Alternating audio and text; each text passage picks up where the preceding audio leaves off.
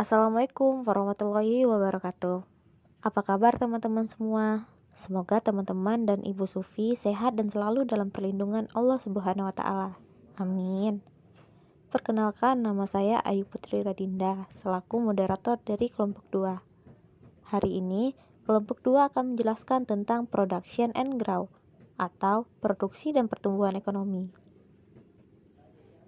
Sebelumnya, izinkan saya memperkenalkan teman-teman saya di kelompok 2 terlebih dahulu.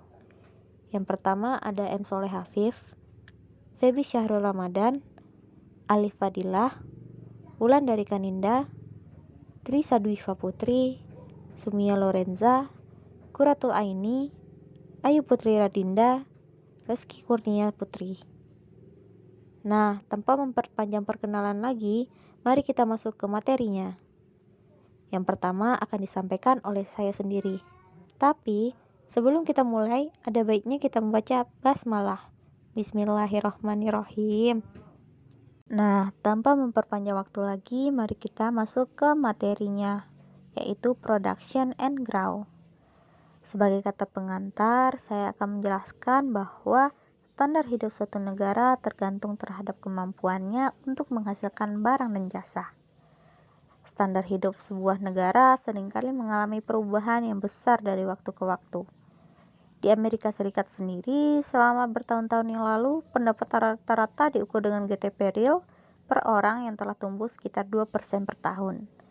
Produktivitas mengacu pada jumlah barang dan jasa yang dihasilkan untuk setiap jam waktu bekerja. Sebuah standar hidup bangsa ditentukan oleh produktivitas pekerjanya.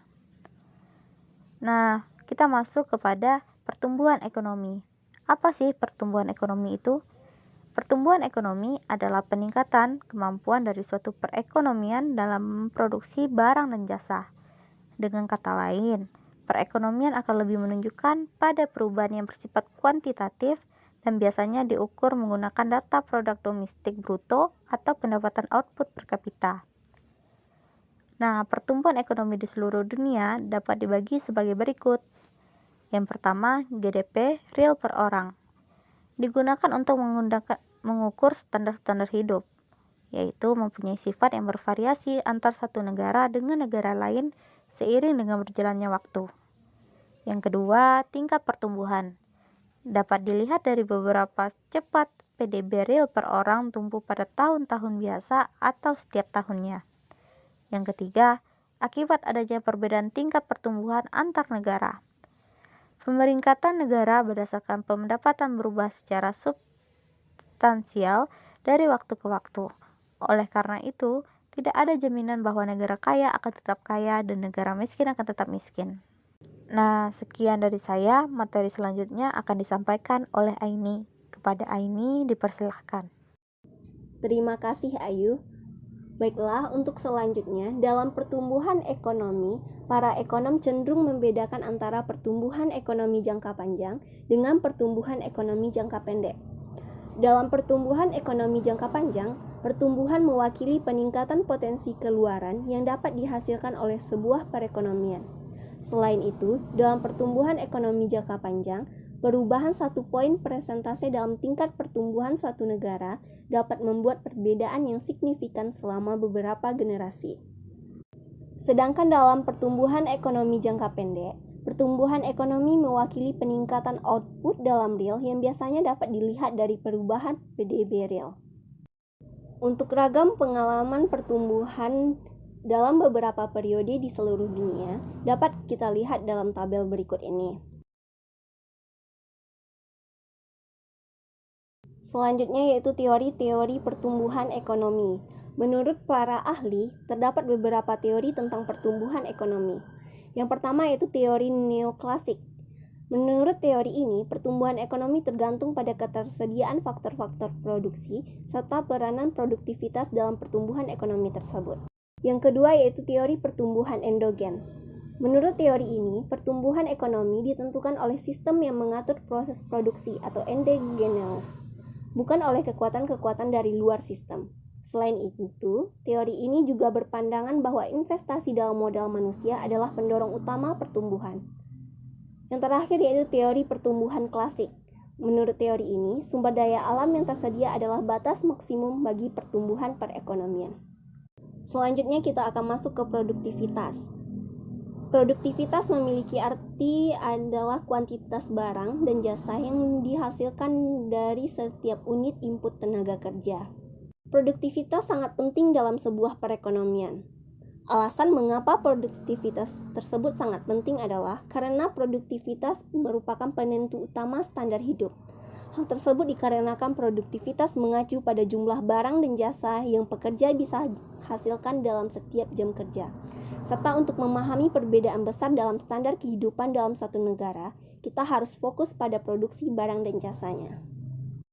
Untuk materi selanjutnya akan dijelaskan oleh rekan saya, Feby Syarul Ramadan. Baik, terima kasih kepada Qurratul Aini yang telah memberikan waktunya. Selanjutnya saya akan menjelaskan mengenai penentu produktivitas. Yang pertama adalah modal fisik, yaitu stok peralatan dan struktur yang digunakan untuk memproduksi barang dan jasa. Berdasarkan investasi sebelumnya, modal adalah faktor produksi yang diproduksi. Yang kedua, modal manusia.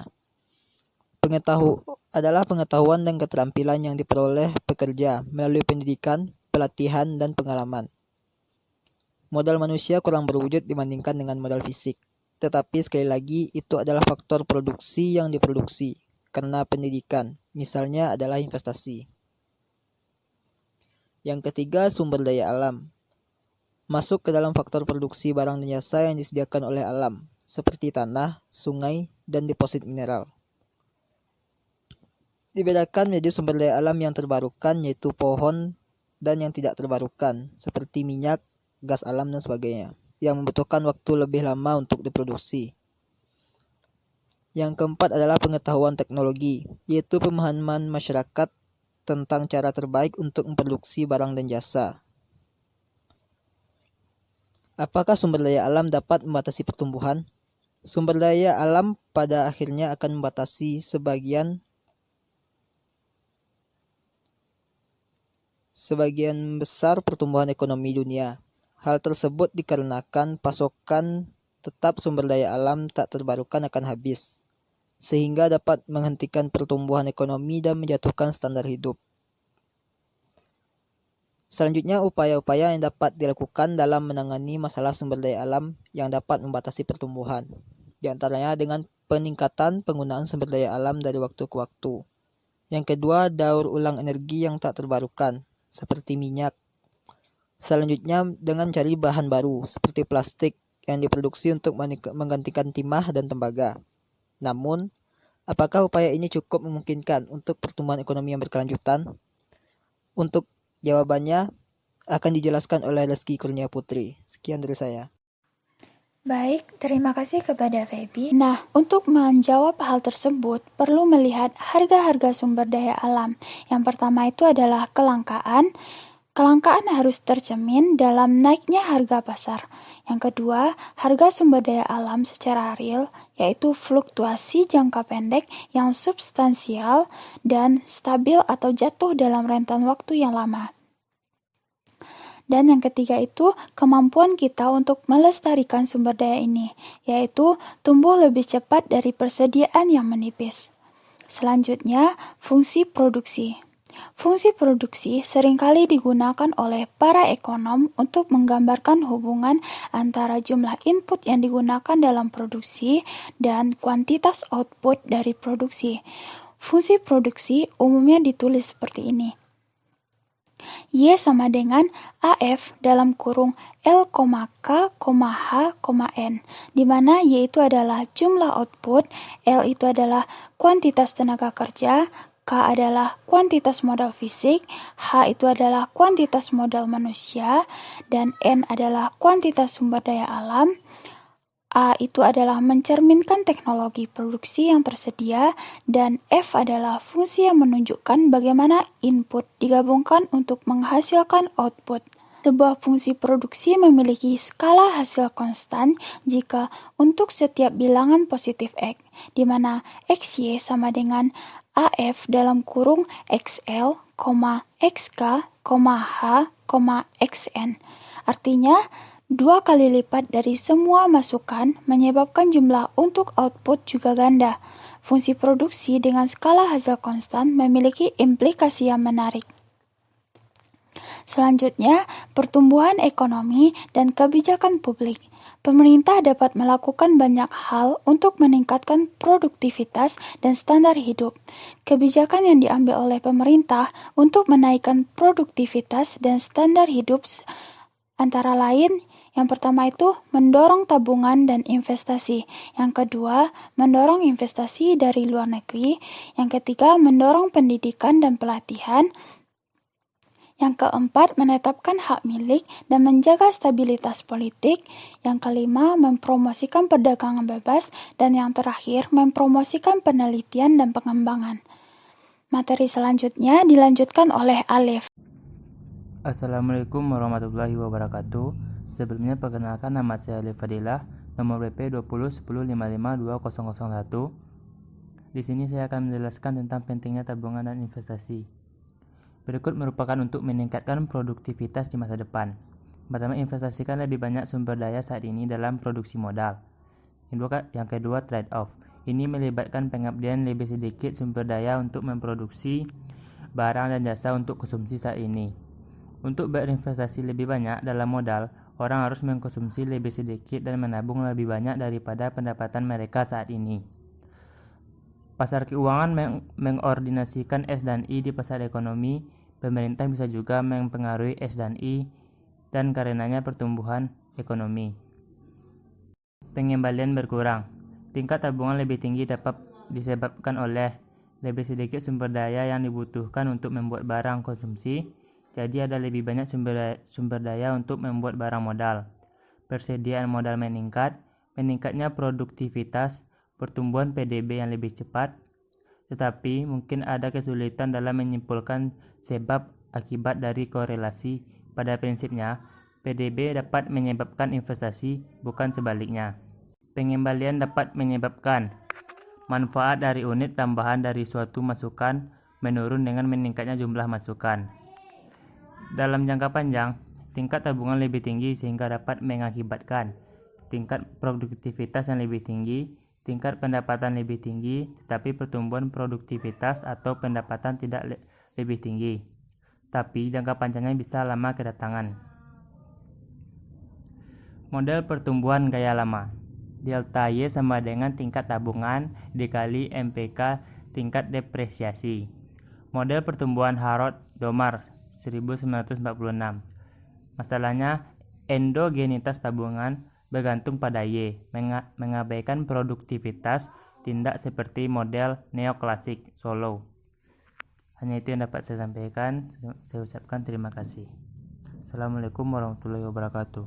Pengembalian menurun. 1. Negara kaya, produktivitas tinggi, dan penanaman modal tambahan. Efek kecil pada produktivitas. 2. Negara miskin, cenderung tumbuh lebih cepat dari negara kaya. Investasi dari luar negeri. Investasi dari luar negeri adalah cara lain bagi suatu negara untuk berinvestasi di modal baru, dalam kurung, mendapatkan tabungan yang mereka butuhkan. Investasi luar negeri memiliki beberapa bentuk. 1. Investasi langsung asing, yaitu penanaman modal yang dimiliki dan dioperasikan oleh entitas asing. 2. Investasi portofolio asing, yaitu investasi yang dibiayai dengan uang asing tetapi dioperasikan oleh penduduk domestik. Manfaat dari investasi yaitu 1. Beberapa mengalir kembali ke modal asing pemilik, seperti FDI di Inggris meningkatkan GNP Inggris kurang dari PDB Inggris, karena orang asing mengharapkan pengembalian investasi mereka. 2. Meningkatkan persediaan modal perekonomian. 3. Produktivitas yang lebih tinggi dan upah yang lebih tinggi. 4. Sebuah cara untuk belajar tentang seni teknologi. Bank Dunia. Adapun tugas-tugas atau kerja dari Bank Dunia adalah 1. Mendorong aliran modal ke negara-negara miskin. 2. Mengambil dana dari negara-negara maju dunia. 3. Memberikan pinjaman ke negara-negara berkembang, seperti jalan, sistem saluran pembuangan, sekolah, dan jenis lainnya. 4. Menawarkan saran tentang bagaimana dana tersebut bisa sebaiknya digunakan. Baiklah, selanjutnya saya persilakan kepada rekan saya yaitu Sumia. Baiklah, terima kasih kepada Wulan telah memberikan saya waktu untuk melanjutkan materinya. Bank Dunia dan Dana Moneter disiapkan setelah Perang Dunia II.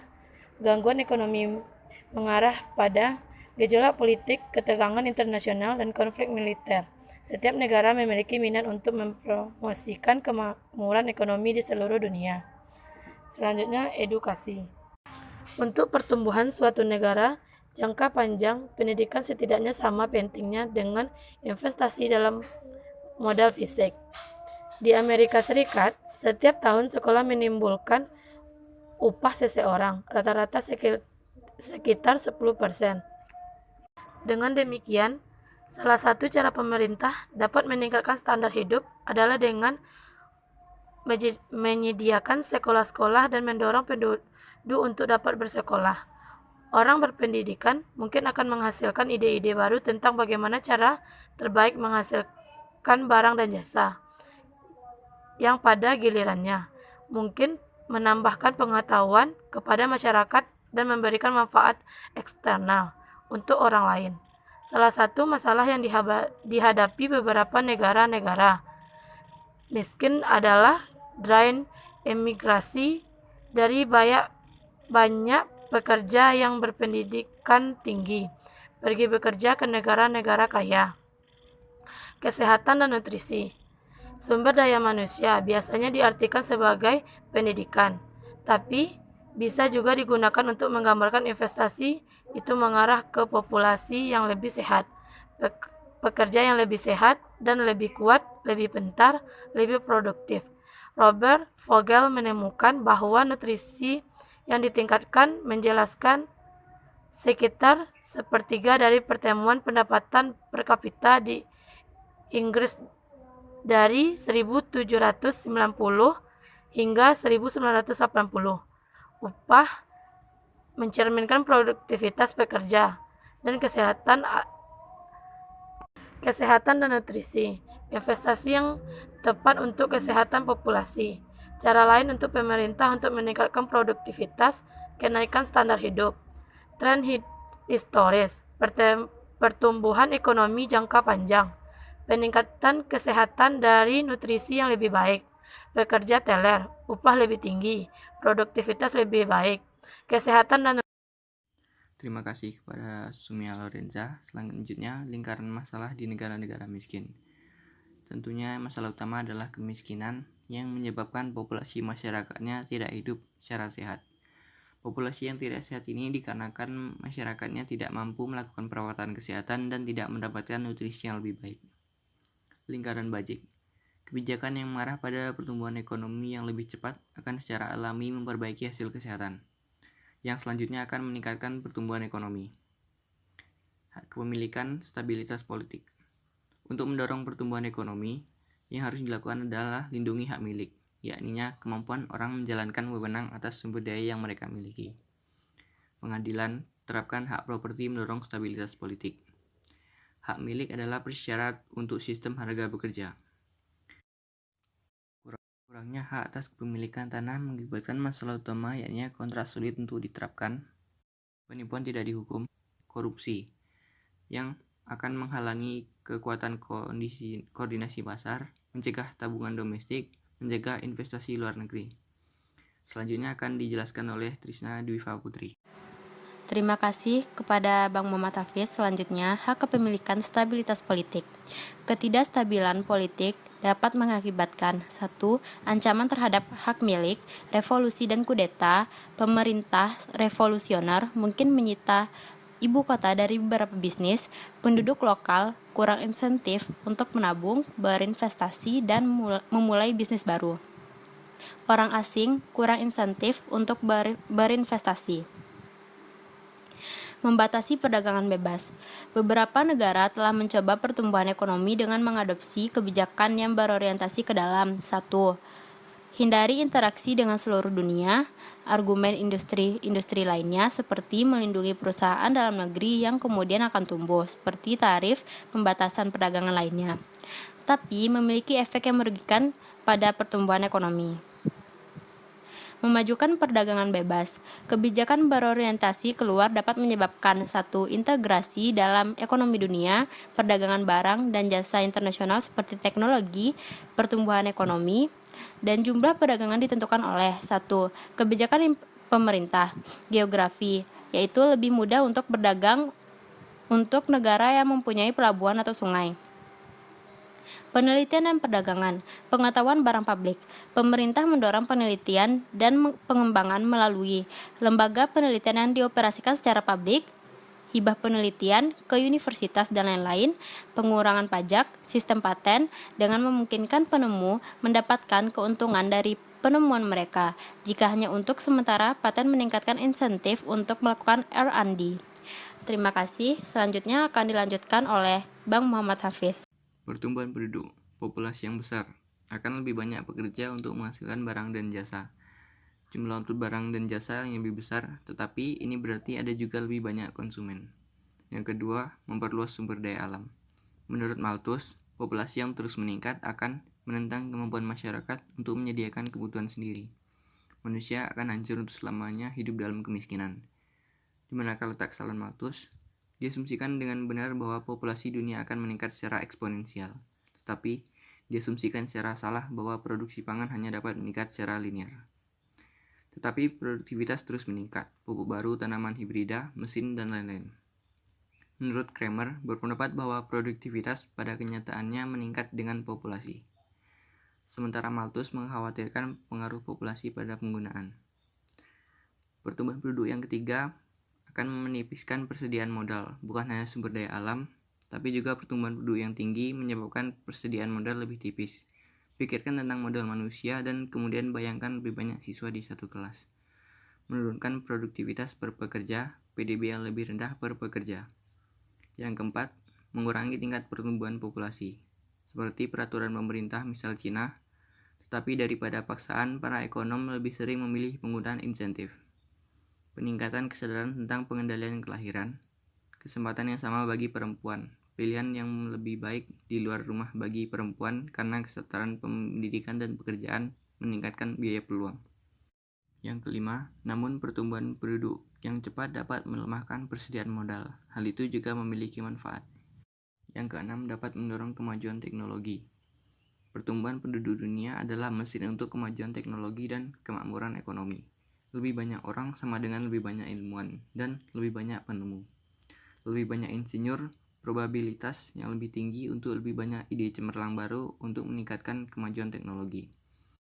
Kesimpulannya, kesejahteraan ekonomi sebagaimana diukur oleh PDB real per orang bervariasi secara substansial di seluruh dunia. Pendapatan rata-rata negara-negara terkaya di dunia lebih dari 10 kali di negara-negara termiskin di dunia. Standar hidup dalam suatu perekonomian tergantung pada kemampuan ekonomi untuk memproduksi barang dan jasa. Produktivitas tergantung pada jumlah modal fisik, modal manusia, sumber daya alam, dan pengetahuan teknologi yang tersedia untuk bekerja. Kebijakan pemerintah dapat mempengaruhi laju pertumbuhan ekonomi dalam berbagai cara. Akumulasi modal tergantung pada hasil yang menurun. Karena hasil yang menurun, tabungan lebih mengarah ke pertumbuhan yang lebih tinggi untuk jangka waktu tertentu. Namun pertumbuhan akhirnya akan memperlambat juga karena hasil. Sekian pembahasan dari kelompok kami. Apabila ada salah dan kurangnya, kami mohon maaf. Saya sudahi. Assalamualaikum warahmatullahi wabarakatuh.